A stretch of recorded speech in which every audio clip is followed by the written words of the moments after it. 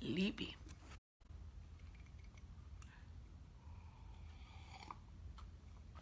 Good morning.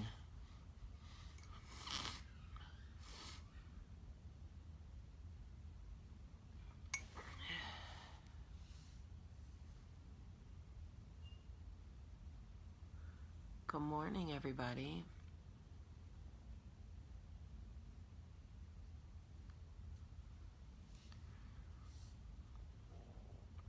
Good morning, Liz. Thank you for asking. It was great. It was great. Good morning, everybody, and welcome to Coffee Talk.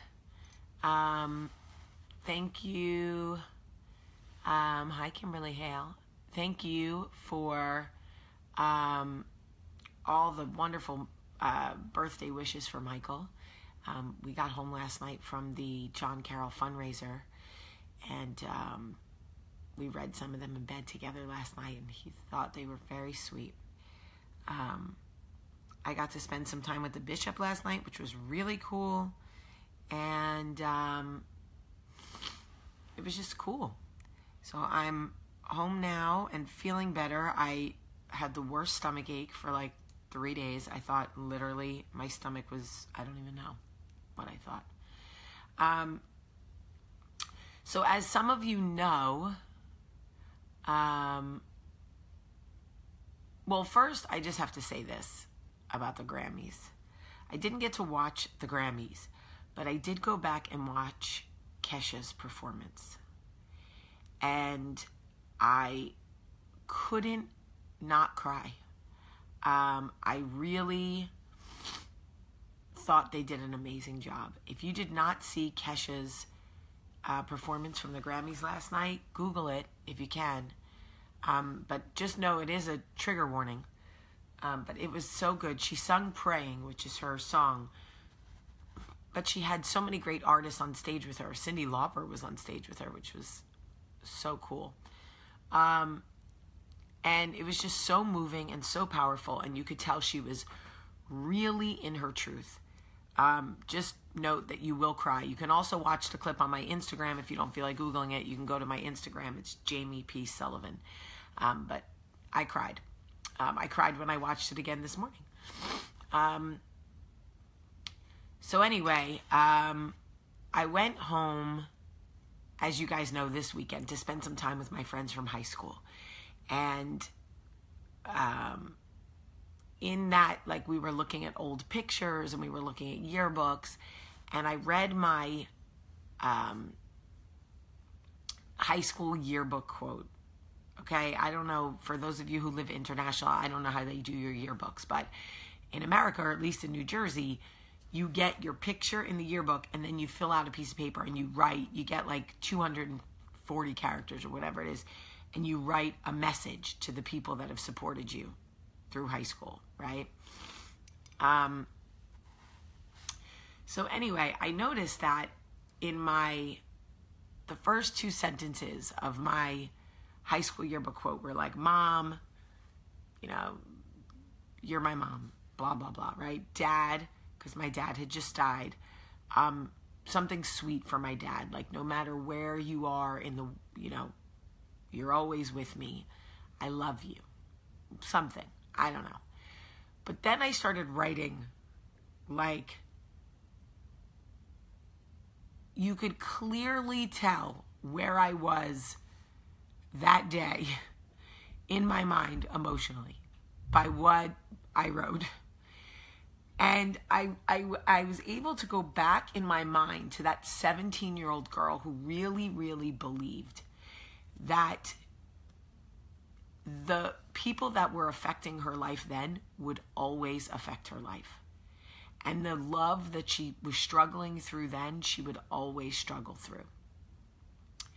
One of the things that I wrote in my senior quote was KM, who was my boyfriend at the time, 9/2/93 will live in my heart forever. And I laughed out loud because 9/2/93, I know you guys are going to find this hard to believe. Are you ready? Are you ready for this truth bomb? 9/2/93 did not live in my heart forever. I didn't even remember 9/2/93. Could you imagine? But at 17, I really, truly believed that that date would live in my heart forever. First of all, who writes things like that? Who writes things like, blah, blah, blah, will live in my heart forever? But what is this, like a bad Nicholas Sparks quote? Guys, I didn't even, if somebody would have said to me, what was your anniversary with Kevin in high school? I would have said, yeah, I have no idea. I have zero idea. If someone put a gun to my head and was like, right now, what was your date? What was your date? I would have been like, I don't know. Not only did it not live in my heart forever, I couldn't even remember it. When we are that young, yes, Dawn took the words literally out of my brain. When we are that young, our worlds are so small. We believe that everybody who has the ability to impact our life at 17 will impact our life forever. I am very lucky that the 5 of us are still friends. I am very lucky that we, not only did we keep in touch, but we really still love each other and look out for each other. But I go back and look at the initials of people that I was saluting, and I don't even know whose initials they are. So forget that the sentiment doesn't exist anymore. I cannot even tell you who the initials are. Literally, there was like an initial of someone, and it was like, thank you for always standing by me. Who are you, mystery person who always stood by me? I don't know what your initials are. I have no idea who you are. If I could go back to my 17-year-old self, I would say, first of all, easy on the romance in your quotes, okay? Like, relax with the things that you really believe will live in your heart forever. And the heartache and the love that you think will come with you forever won't. So whatever pain you're in now at 17, whatever friendships are impacting your life, or girls are being mean to you, or boy won't ask you out, or whatever it is at 17, I promise you, it will not. Some things will have a lasting effect, and you'll carry certain experiences with you. But these minuscule initials will not live in your heart forever. But when you are 16 or 17, you really, truly believe that. Did you ever go back and read what you wrote to someone in the yearbook? Like, you take up a whole page in someone's yearbook. Like, I can't live without, I couldn't have made it through high school without you. I love you so much. Like, what am I going to do when you go to college? Blah, blah, blah. Like, fast forward a year, you see that chick at Target, you're like, oh, hey, how is everything? Like,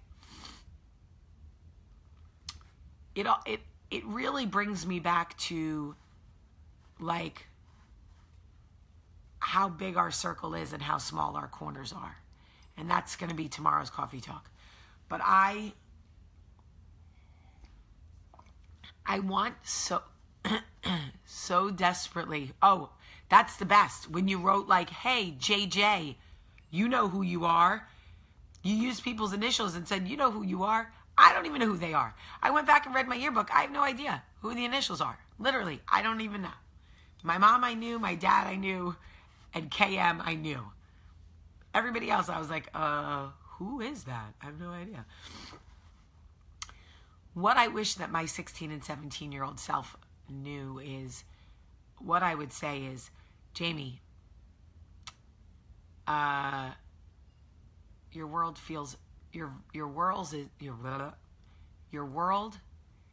is very small, and the things that you believe are load-bearing walls in your life are not.